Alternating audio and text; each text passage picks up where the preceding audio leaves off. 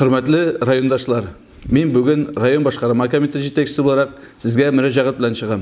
Rayondaşlar, yer yüzünde sanitar epidemiologik şartlar keskin tura. Koronavirus infeksiyası iller boylap tarala.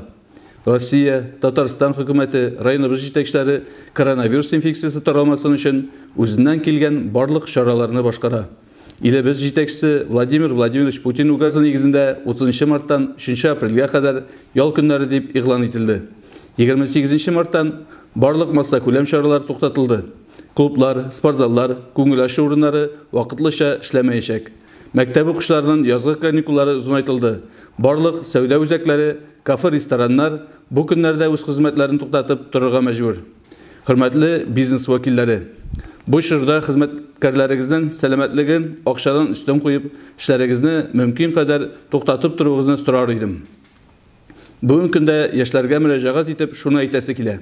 Yaş vaqtda barda öter şekilde tuyula. Lakin siz özünüzün haqtagına tugil, etiyenilerinizin, ebi babalarınızın selametligi haqında uylap, көңіл aşularını, kömekleşip uramlarda yürüni toxtatıp dururga burçlu. Bir infeksiya yuqtirgan kişi 2000'ge yakın kişini zararlarga mümkün deyip kisete tabiplar. Yol günleri deyip ilan etilүү sebepli rayonumuzda şehirlerden bir köp rayondaşlarımız qaytdı. Onların da koyulgan taleplerini ötep, itaatli buluların sorar idim. Rayonumuzda şit illerde yol etip, iş seferinde yürüp qaytgan kişilerden 14 günlük öz izolasiya vaqtında koyulgan çeklevlerini öterge sorar idim. Her kişi öz işine tügül, başkalarının selametligi hakkında uylasın idi. Yaş şırında, yurt qaraltı qura tiresinde işler bir köp.